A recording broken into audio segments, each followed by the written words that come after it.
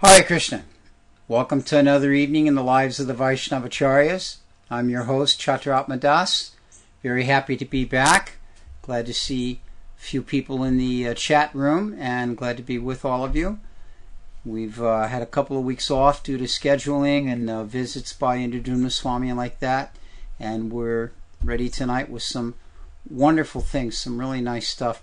I have to say right off the bat that I almost decided to just cancel the class and sit down and for the next 6 days just read from this book.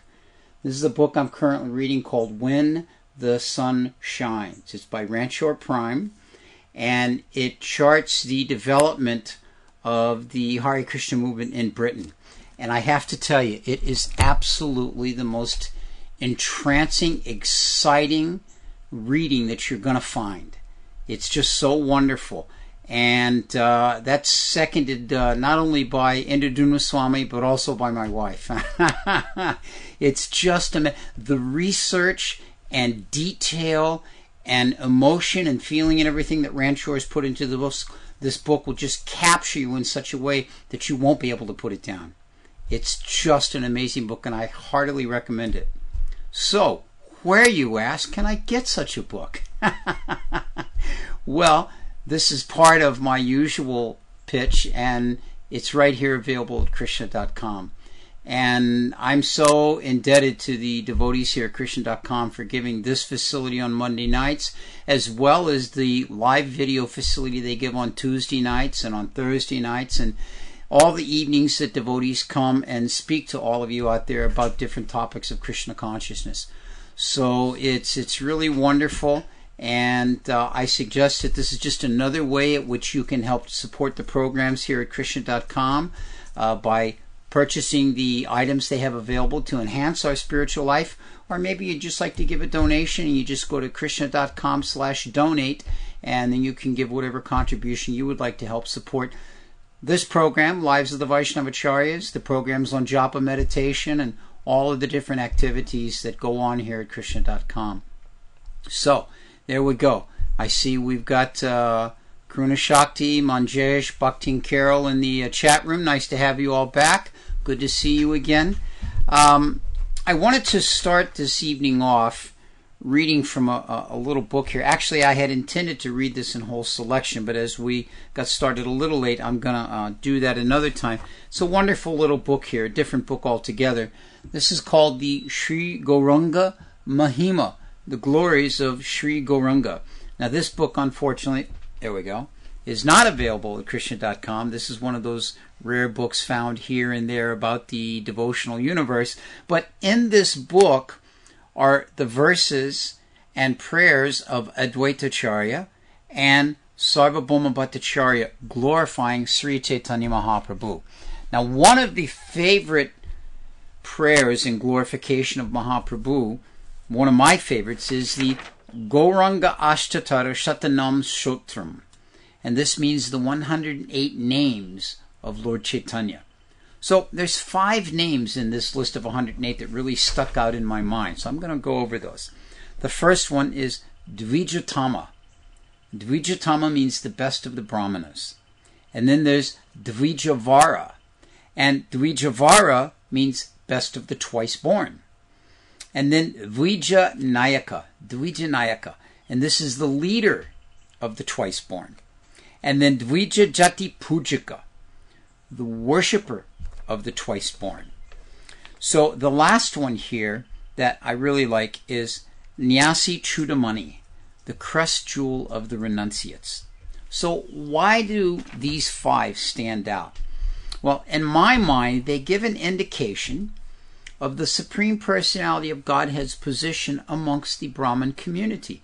Now we all know at that time Navadvip was the seat of study in Bengal. It was where all the scholars and where all the Brahminical personalities stayed. What is a Brahmin known for, after all? Primarily 2 things: knowledge and renunciation. As we like to say, the wealth of the Brahmins is their austerity. Now, austerity doesn't necessarily have to be some very difficult, hard thing, some kind of dry experience like what Hiranyakasipu was doing, standing on the tips of your toes there, hands above your head until the ants eat your body away. Or even what Dhruva Maharaj was doing, living in the forest, eating, just speaking of Dhruva Maharaj, I saw he just came in the chat room. What Dhruva Maharaj was doing, living in the forest, eating leaves and breathing every other day or like that, very difficult. Actually, that reminds me of a little story I'll interject here. I have a wonderful wooden box in my home. It's a little, one of those common teak wood boxes that all devotees have or have seen. And I found this box. I was in Sarasota, Florida, and I was in a secondhand store run by one Jewish community. And I was just kind of kicking around the store, looking at this and that, and they didn't have anything particular. And back in a corner, on a shelf, underneath some other stuff, I picked it up, and here was this little wooden teak box with kind of ivory highlights around it. And I looked at it, and on top of the box was carved by hand the scene of Dhruva Maharaj in the forest and Lord Vishnu manifesting before him. It had a little Dhruva Maharaj boy sitting on a stump meditating, and Lord Vishnu manifesting before him, and Lord Vishnu's outstretched hand with the conch shell. So I saw this box in the back corner of this secondhand Jewish, store, and I was like, I have to have this, but I can't let them know I have to have it. So anyway, I asked the gentleman at the desk how much it was, and he gave me a price, and in true tradition, we bartered back and forth, and for $12 I walked out of there with a hand-carved box of the pastime of Lord Vishnu appearing to Dhruva Maharaj. So, back to the point. That type of meditation that Dhruva Maharaj underwent to get the blessings, the mercy of Lord Vishnu, are not necessarily what we're going to do. Renunciation can actually be very simple, and it can be very easy. Just like this month that we're in. The month of Purushottama Month. Now, this is technically the leap year, if you will, and unlike the leap year in the Gregorian Roman calendar, it doesn't come every 4 years. It comes a little more often than that because the time schedules and the lunar and solar differences, all that type of stuff. I'm not an astrologer, neither am I a fifth canto aficionado, but we understand that about every 2 years or so, this comes. So it started on April the 15th, and it runs from April the 15th until May the 14th. And we're about halfway through it now. Many of us, I have to say this, many of us were not very familiar with this Purushottama Month. Now, some of us that may have followed Chaturmasya over the years know that occasionally it pops up during the Chaturmasya season, and you have to stop your Chaturmasya Vrata and all that kind of thing. But that was basically all we knew.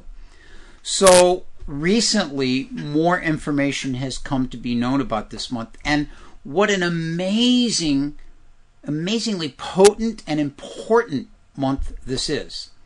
So with that in mind, I have a copy of this wonderful little book here. I'm showing all my collection of rare books here tonight. This wonderful little book here. It's called The Sacred Month of Purushottama. There we go. Right there. And this was published by ISKCON Vrindavan and put out. You can see it's barely the size of your hand. It's one of those cute little books you can stick in your bead bag or in your kurta pocket. And anyway, I wanted to read from this book tonight, as I've been known to do, to read from a particular book that's relevant to things. And how might you say is this book relevant to the theme of our classes, Lives of the Vaishnavacharyas? Well, because we know that the Vaishnavacharyas are all following the example of Lord Chaitanya. And from these 5 names we spoke earlier, we know that Lord Chaitanya is the best of the renunciates, and that austerity is one of the primary principles of the renunciates. Therefore, to understand how we can introduce some type of renunciation or austerity into our life would be the activities of the Lives of the Vaishnavacharyas. And they would be very pleased to know that we were doing that. So as Prabhupada was very fond of saying, the grandfather is more kind to the son than the father is. So we can read this and hope that we can understand a little bit about the mood of these acharyas. And this is from, actually, this is called the month of Purushottama, and it's from the Brihat Naradiya Purushottama Mahatmya from the Padma Purana. Actually, I don't know if any of you have had the opportunity. I got to see a copy of the Padma Purana in the New York Library. They have this one room in the New York Library where all these really old, ancient texts from around the world are kept. And you have to practically be, searched to go in, and you're certainly searched to come out. Especially since I know a couple of individuals that have made out with books that they shouldn't have made out. But we'll let that be another story another time. At any rate, I saw a copy of the Padma Purana there. Very, very amazing. So the Padma Purana has all kinds of information about spiritual topics, devotional life in it. So, one thing we haven't done is I usually ask those of you in the chat room to give me a little heads up about how the sound and the picture is. I'm assuming since I haven't heard anything or seen anything in the chat room that everything is okay. But Karuna Shakti or Manjesh, you're both our regular listeners, so if you could just toss a little something in the chat room, let us know that the sound and picture is good. There we go. Bhakti and Carol saved the day. All right, thank you so much. So I'm going to start reading through this. We did get started a little late, but I am going to stick with it until we finish this, so we'll just see where the evening goes. Once upon a time, thousands of sages came together in the holy place called Naimisharanya to perform sacrifice. To their very good fortune, the great sage Suta Goswami, who had been traveling to different pilgrimage sites, arrived there along with his disciples. The sages present were very enlivened to see him. They stood up and immediately paid their respects to the great sage, offering him a very nice asan, and respected him with folded hands and requested him to sit down. The sages at Naimisharanya said to Suta Goswami with folded hands, "O Sutaji, we humbly request that you tell us something about the wonderful activities of the Supreme Personality of Godhead. There are many thousands of such narrations, but we want to hear the most perfect one, by following which we can all be delivered from the material world and return back to Godhead." Now this is actually very amazing, because isn't this why we gather together in these evenings to hear these broadcasts? Isn't this why we gather together at the temple in the mornings to listen to classes? Isn't this why when some respected sannyasi comes through, you find the attendance at the temple classes to double and sometimes triple? Because we all have a desire to hear about the personality of Godhead's pastimes. Now, particularly nice, I'm sure this is true in all of your communities out there, but particularly nice we find here in Alachua, there are many different reading groups. There's the Nectar Devotion group that meets every Wednesday. There's the Chaitanya Charitamrita reading group that meets every Friday. There's different reading groups that meet and have discussions about the different topics of Krishna. And so this is a great tradition that is something that's been going on for thousands of years. And here we see the very sages of Naimisharanya have taken up this activity. But they don't just want to hear, they're requesting very specifically, we want to hear that which is the very best. And what do they define as the very best? That which will deliver them from the material world and send them back to Godhead. That's what they want. To have the opportunity to go back to Godhead by hearing these wonderful pastimes of the Lord. So, hearing this request made by the sages, headed by Shaunaka Rishi, Suta Goswami began to speak. "O sages, please listen to me. I first went to Pushkar Tirtha. Then, after visiting thousands of other holy places, I reached Hastinapur. There, on the bank of the Ganges, I saw thousands of sages sitting together with Parikshit Maharaj. Just then, the great sage Sukadeva Goswami appeared, and all the sages present paid him proper respects by rising from their seats and folding their hands. All the sages unanimously offered the asan to Sukadeva Goswami, who would speak Krishna Katha to Parikshit Maharaj. I have just come from Hastinapur, where I heard the Srimad Bhagavatam from the lotus mouth of Sukadeva Goswami. Now I will tell you about the all-attractive personality of Godhead and his activities. Once, long ago, Narada Muni reached Badarik Ashram, the residence of Sri Narayana Rishi. The river Alaknanda was flowing down from his lotus feet. Narada paid his obeisances to Narayana and prayed, O Lord of the demigods, O Master of creation, you are all truthful, the essence of all truths. I offer my obeisances unto you.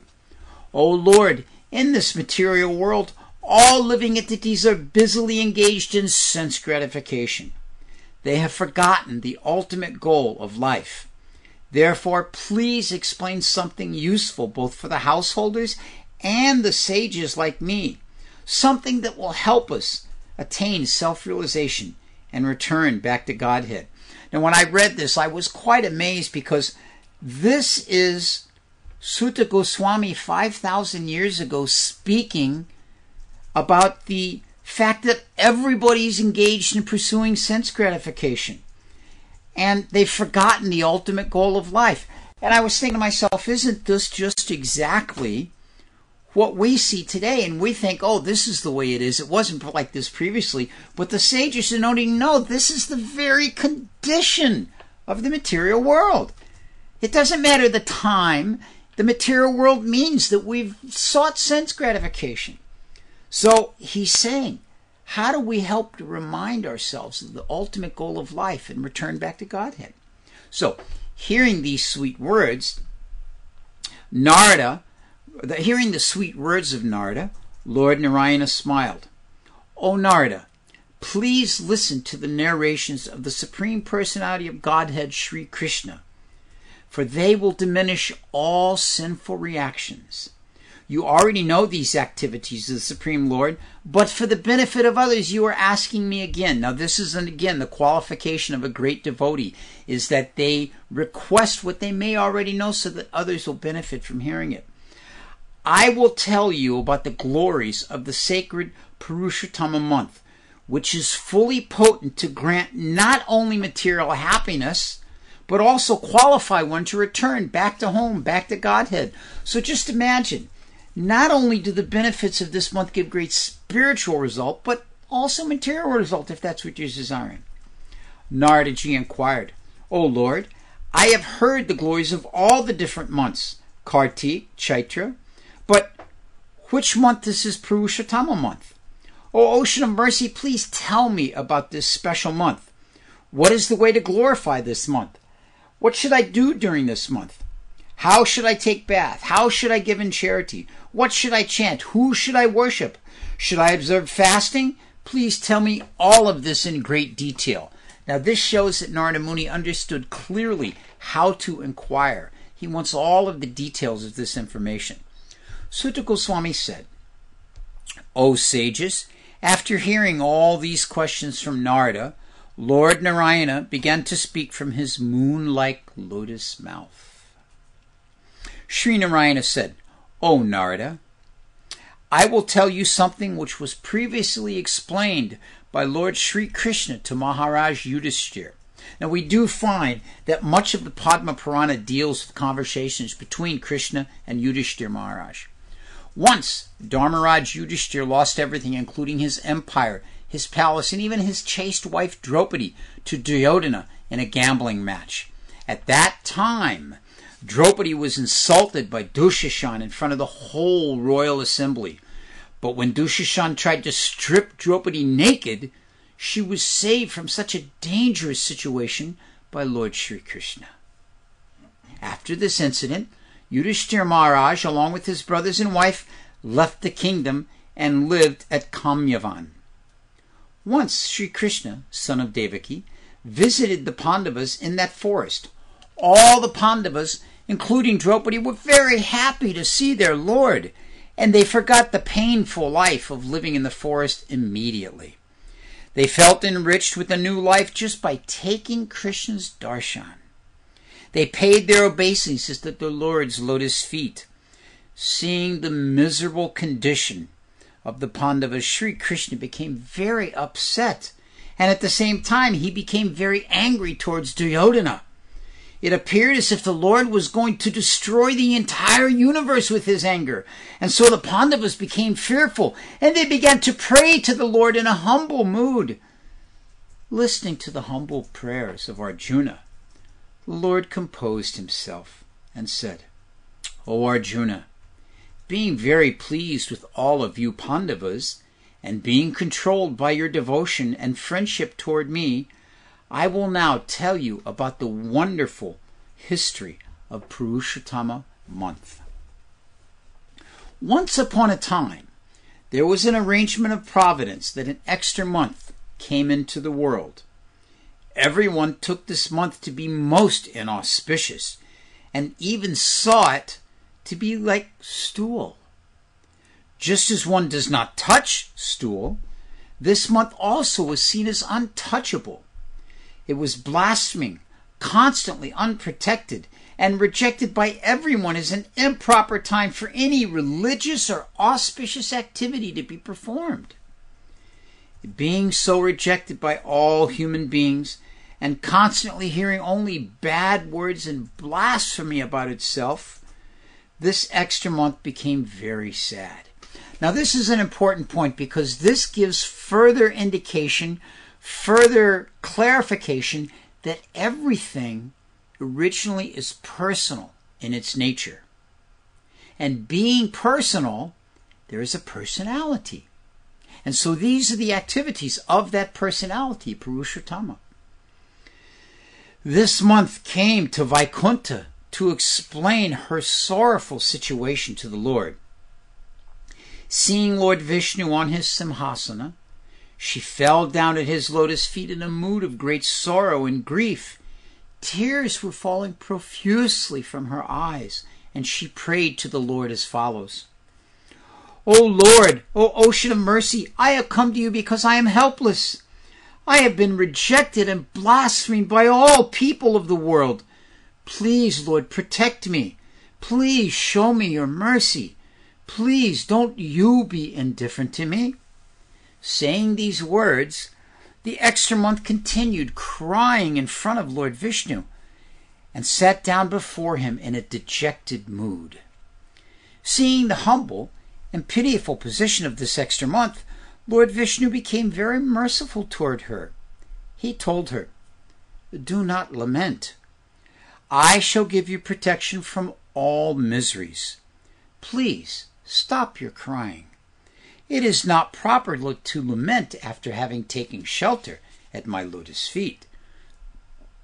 Being so consoled by the Lord, the extra month said, O Lord, you know my painful condition. No one is in a more miserable situation in these three worlds than I. First of all, the other months, years, days, nights, in all directions are being protected by you. And so they are always moving fearlessly in their unique, charming moods. But I, the extra month, don't have any name, nor any protector, nor a husband to give me shelter. All the demigods and the human beings reject me and will not perform any auspicious activities during my time. For this reason, O Lord, I want to die immediately. O Narada, this extra month then repeatedly said, I want to die, I want to die, I want to die. Then she fainted at the feet of the Lord. Being requested by Lord Vishnu, Garuda began fanning the extra month. After some time, she regained consciousness and began to speak again. O Lord of the universe, I am in need of your shelter. Won't you please protect me? Lord Vishnu told the extra month, O child, please don't lament. Your misery will be finished very soon. Get up and come with me to Goloka Vrindavan, which is even unattainable by great yogis. Goloka is the abode of Lord Sri Krishna. Here, Lord Sri Krishna, in his two-handed form, surrounded by gopis and enjoying his eternal pastimes, the Supreme Sri Krishna of Goloka will deliver you from all your miseries. Please come with me. Then Lord Vishnu took the extra month to Goloka, catching her by the hand. From a distant place, Lord Vishnu and this extra month observed the effulgence of Goloka. Now this is actually interesting because we can judge, I think, our spiritual advancement by as we approach Vrindavan, which is truly Goloka, the abode of Lord Krishna, whether we're able to perceive the illuminating effect of it. Of course, nowadays we just see all the extra lights that have come from all the development that's there. The dazzling effect and effulgence of Goloka automatically forced them to close their eyes. Therefore, forced her to close her eyes. Therefore, keeping the extra month behind him, Lord Vishnu proceeded further until he reached the main gate of Goloka. There, the doorkeeper paid obeisances to Lord Vishnu. Having reached the supreme abode, Lord Vishnu met Lord Sri Krishna, who was surrounded by many devoted gopis, and paid his obeisances to Lord Sri Krishna. This must be quite a sight, Lord Vishnu offering his obeisances to Lord Krishna. Then he made the extra month also offer her obeisances at the lotus feet of Lord Sri Krishna, even though she was crying loudly. Immediately, Sri Krishna asked, "Why is she crying? She is in Goloka Vrindavan. Why is she crying?" Hearing these words from Lord Sri Krishna, Lord Vishnu got up from his seat and started explaining the miserable condition of the extra month. He begged Sri Krishna, "Please, you protect this unprotected month. There is no one except you, Lord Krishna, who can save this extra month from her hellish condition and give her full protection." Having said these words, Lord Vishnu remained standing in front of Lord Krishna with folded hands. Then Sutta Goswami continued to speak.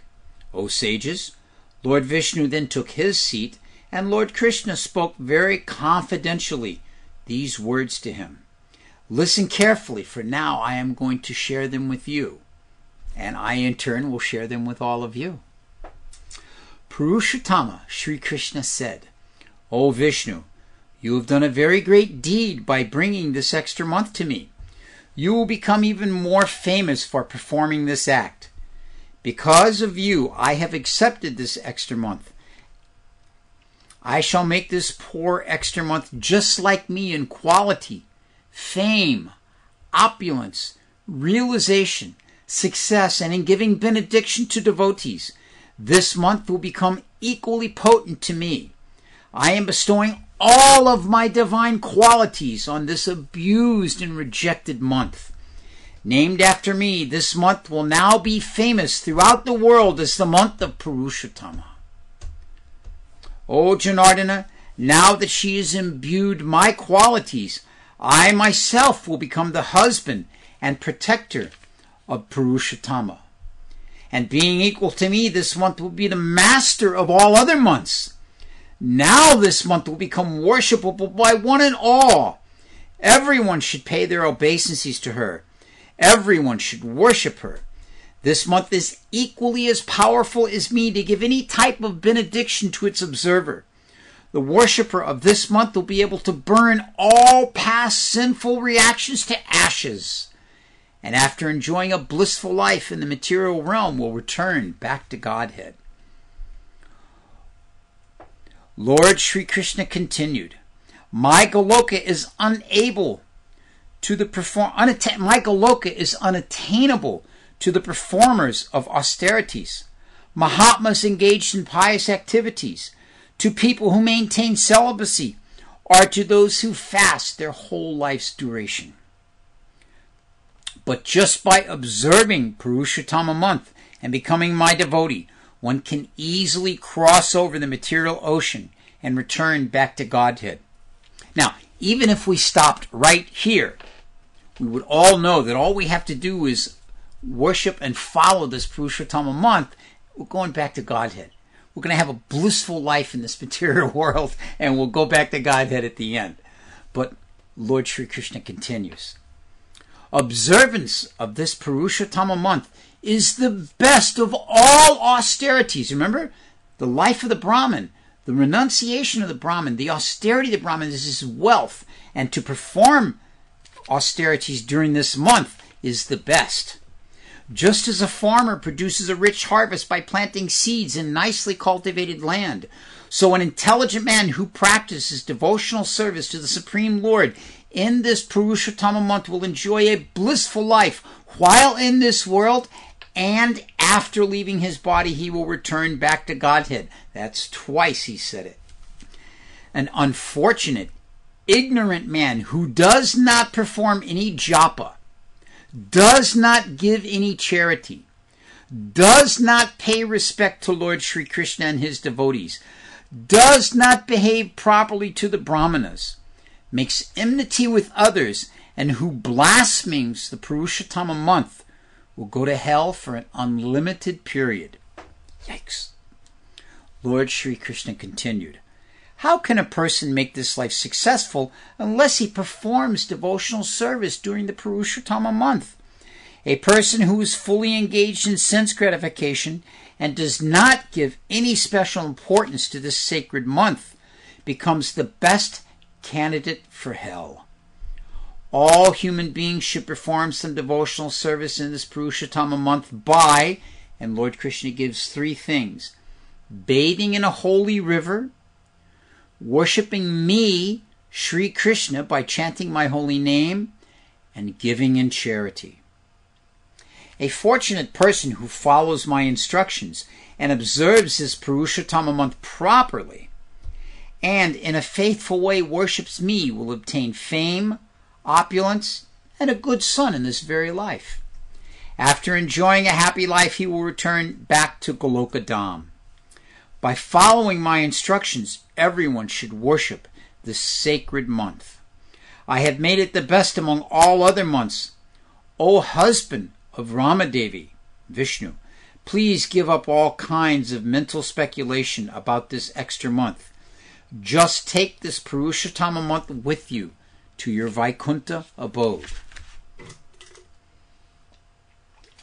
have a new person who joined us, Aiden. Aiden's back. Hare Krishna, Aiden. Patrick, I see you're there too. Nice to have both of you with us. Hope you're enjoying this reading. All right. After narrating this brief history of the Purushottama month, Lord Sri Krishna glanced very mercifully upon Yudhishthira and Draupadi, and they began speaking to Arjuna. Now remember, this was originally a conversation between Krishna and Yudhishthira. O lion amongst men, you can now understand the reason that you Pandavas are suffering. You did not acknowledge or honor the presence of Purushottama month, which is just recently finished. That month, which is most dear to Vrindavan Chandra, has passed, but you Pandavas were in the forest and did not worship Purushottama month, so now you are suffering. You have been following the ritualistic principles given to you by Vyasadeva, but unless you worship Purushottama month, you cannot perform pure devotional service to me. Lord Sri Krishna continued, now I am going to narrate a famous historical event concerning the previous birth of Draupadi. In her previous birth, Draupadi was the daughter of a great Brahmana sage called Medhavi. Her mother died when she was a small child, and she was under the care of her father. Day by day she grew to full-bloom youth. She was very beautiful, but her father was not interested in arranging her marriage. Seeing her other girlfriends with their husbands and young children, she passed her days in a very miserable way. In the meantime, her father passed away from this material world while uttering the sacred name of Hari. This made his daughter even more miserable. Fortunately, the great sage Durvasa Muni appeared in her ashram shortly after her father's death. Seeing the great sage, the girl paid her obeisance to him and respectfully worshipped him. She offered flowers and fruits to the sage. When he expressed his pleasure with her reception, she began lamenting and crying before him. Concerned, the sage inquired about the cause of her lamentation. The Brahmin girl began to speak. "O great Saint Durvasa, you know past, present, and future. I have no shelter in this world. I have lost all my relatives. My father has passed away. I have no elder brother. I am also unmarried, and there is no husband to protect me. Oh, great sage, do something. Please help me. Please give me some advice to relieve me from this miserable condition." After listening to her prayer, Durvasa began to consider the unfortunate condition of this girl, and he decided to show mercy toward her. Sage Durvasa said, "O beautiful one, 3 months from now the most auspicious Purushottama month will begin. This sacred month is most dear to Lord Sri Krishna. Just by taking a holy bath in this month, a man or a woman can become completely sinless. This Purushottama month is more glorious than any other month, including Kartik month." I thought that was an incredibly powerful statement, including Kartik month. "The glories of all other months not even are equal to 1/16 of the glories of Purushottama month. The merit of a person who takes a holy bath even once in this month is equal to the merit of taking a bath in the Ganges for 12,000 years. If you take a holy bath, give in charity, and chant the holy name of Krishna during this month, all your miseries will go away. You will achieve all kinds of perfection, and all your desires will be fulfilled.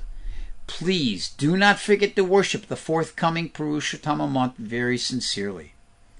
After speaking these words, Sage Durvasa remained silent. Unfortunately, the young Brahmani did not believe the words of Sage Durvasa. Rather, she became angry and started blaspheming. "Oh, great sage, you are lying! How could this extra month, which you call Malamasa, which means the stool month, be superior to all the other great months like Magh, Kartik, and Vaishakha? I cannot believe your words. You are trying to cheat me. This extra month is known as being abominable for any kind of pious activity."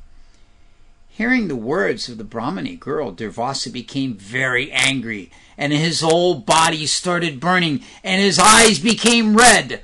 But remembering the helpless condition of the girl, he consciously controlled himself. Sage Durvasa told the girl, "O unintelligent one, I am not going to curse you because your father was a good friend of mine. You were in a helpless condition. Being an ignorant child, you cannot understand the Vedic conclusions. I am not going to take your offense to me seriously, but at the same time, I cannot and should not tolerate your offenses toward the Purushottama month. In your next life, you will certainly reap the results of the offensive words." The great sage Durvasa then hurriedly left that place. Lord Sri Krishna then told Arjuna, "O sinless one, when Durvasa Muni left that place, the Brahmani girl, Draupadi, in her previous birth, lost all of her opulences at that moment. Being an offender to Purushottama month, her body began to look very ugly, and she lost her effulgence. She then decided to worship Lord Shiva, who is known as Ashutosh, one who is very easily pleased. The young Brahmani then began to perform austerities to please Lord Shiva, the wife of Parvati. She continued her austerities for 9,000 years. In the summer season, she would sit in meditation surrounded by fire at the hot sun. In the winter, she would meditate in the freezing cold water. Observing her austerities, even the demigods became fearful. O Lord Shankara then appeared before the Brahmani girl, because he was pleased by her worship and her austerities. When Lord Shiva appeared before the girl in his spiritual form, she immediately stood up, rejuvenated. In the presence of Lord Shiva, all of her bodily weakness from fasting and austerities disappeared, and she began to look beautiful again. Seeing Lord Shiva in front of her, she started to worship him in her mind. Of course, she had no facility to worship. And then she began to recite nice prayers to him. Being very pleased with the girl, Lord Shiva said, "O performer of austerity, all good fortune to you. Now please ask some boon from me. I am pleased with you and will grant you whatever you ask." Hearing these words from the mouth of Lord Shiva, the girl said, "O friend of the poor, If you are pleased with me, then give me a husband." Repeatedly speaking the words, "Give me a husband," 5 times, the girl then fell silent. Then Lord Shiva said, "Let it be. You have asked for a husband 5 times, and so you will get 5 husbands." Hearing Lord Shiva's words, the girl became very ashamed. "Oh Lord, it is most abominable for a girl to have 5 husbands. Please retract your words." Lord Shiva then spoke very gravely. "That is impossible for me. What you have asked from me will be granted. You will get 5 husbands in your next life. Previously you offended Purushottama Month by not following the kind advice of sage Durvasa. O Brahmani girl, there is no difference between the body of Durvasa and mine. All the demigods, including Lord Brahma and all the great sages like Narada, worship this Purushottama Month in accord with the order of Lord Sri Krishna. A devotee of Purushottama Month achieves all good fortune in their life, and at the end of their life they go back to Goloka Dham, the abode of Lord Sri Krishna. Being an offender to this sacred Purushottama Month, you will get 5 husbands in your next life." The girl became very remorseful, but Lord Shiva immediately disappeared from the place. After Lord Shiva's departure, the young Brahmani girl became very moroseful and fearful about her future life. In this way, after a few days, she left her body by the arrangement of Providence. Lord Sri Krishna then said, "O Arjuna, in the meantime, King Drupada had been performing an elaborate sacrifice. From this sacrificial fire, the young Brahmani took her birth. She appeared as the daughter of Maharaj Drupada. O Arjuna, the same daughter of Medhavi Rishi had now become famous in the world as Draupadi. She is none other than your present wife. Because she blasphemed Purushottama Month in her previous life, she was insulted by Dushashan in front of the entire Kuru assembly in the presence of all of her Pandava husbands. Fortunately, she remembered me, Sri Krishna, and took my shelter.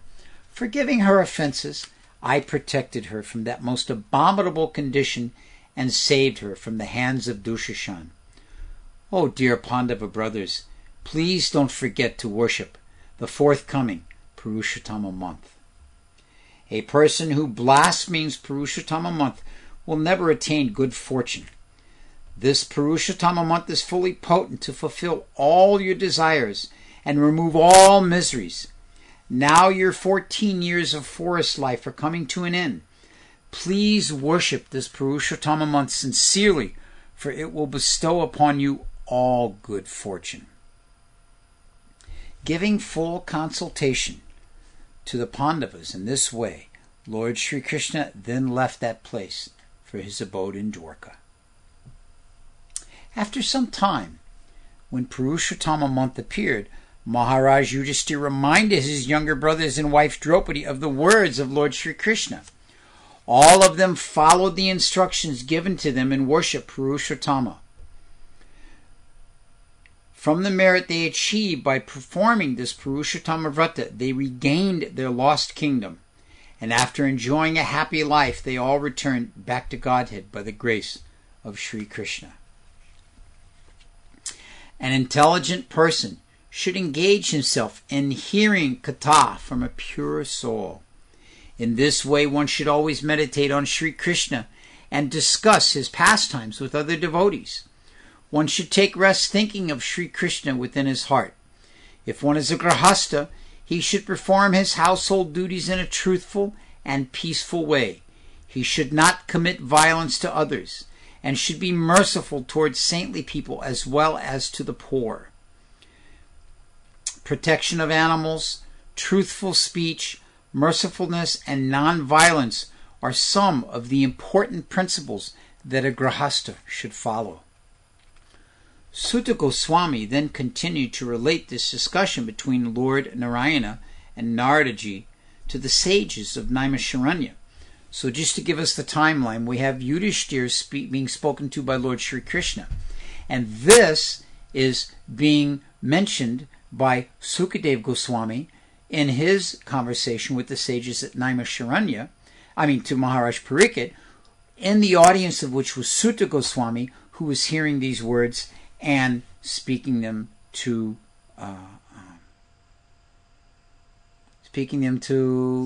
the sages in Naimisharanya. That's a timeline, you get confused. So, Sutta Goswami continued. O Brahmanas, the great sage Narada Muni became very pleased by hearing all about Purushottama Month from Lord Narayana. He paid his obeisances and then began to speak.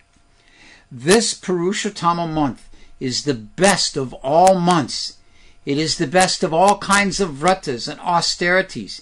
Even if one hears just the glories of Purushottama Month faithfully, he will achieve devotional service to the Supreme Lord Purushottama, and all of his sinful reactions will be immediately nullified. One who performs Purushottama Vrata and worships Purushottama Month properly will achieve unlimited merit and thus attain Goloka Vrindavan. Narada Muni then told Lord Narayana, O Lord, my heart and mind are now completely satisfied. All glories to you. All glories to you. After explaining these glories of Purushottama Month, Srila Sutta Goswami asked permission from the assembled sages to take their leave, bathe in the Ganges, and perform other regular activities. They gratefully agreed, and he then paid them his humble obeisances and went to the Ganges.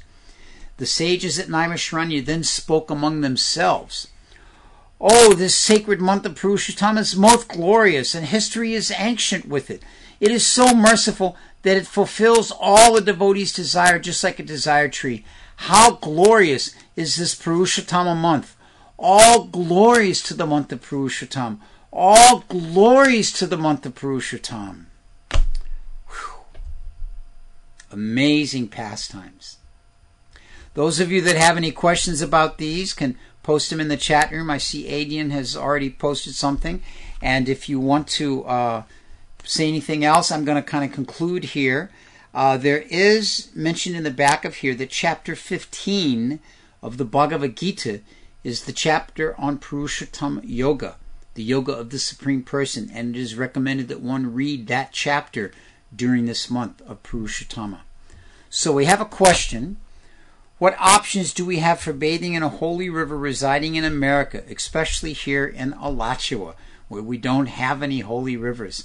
Actually, I was thinking about this because it's amazing. In Mayapur, even you draw the water out of the tap, it's all Ganges water. So here, and Karuna Shakti is asking the same question about British Columbia. Well, there are two things we can do. The one thing is that one can call the Ganges by their mind. One can also call the Ganges by mantra. Gange cha jamuni chaiva godavari saraswati narmari sindakavari jalisman sandanim kuru. This calls all the 12 holy rivers into any container of water, and you can bathe yourself with that. Or maybe you have some container you've kept of some Radhakund water, or some Ganges water, or a bit of Jamuna water, and you can add that to a container of water. In the Srimad Bhagavatam, there's the interesting story with Indra, that when Indra wanted to get relieved from the sinful reaction, he made a deal. And one of the deals he made was with water, that the benefit water would get from accepting part of the sinful reaction of Indra was that whenever it was added to something, nobody would know which was which, and it would become all equal. Just like if you add water into some fruit juice, it all becomes fruit juice. So if you add a bit of Ganges water into some plain water, it all becomes Ganges water. You can't tell which is which. So in this way, if you have some little bit of sacred water about, you can put it in a container of water and bathe that way. Or you can call the holy rivers into that container of water for bathing by mantra. Or just within your mind, the intent. This is a very important thing, that by intent, by consciousness, one can also attain devotional service. So maybe you don't have any of the above things. By meditation, you can imagine. In our line, I've mentioned many times how Narottam Das Thakur introduced this whole process of Manasa Seva performance of devotional service within the mind.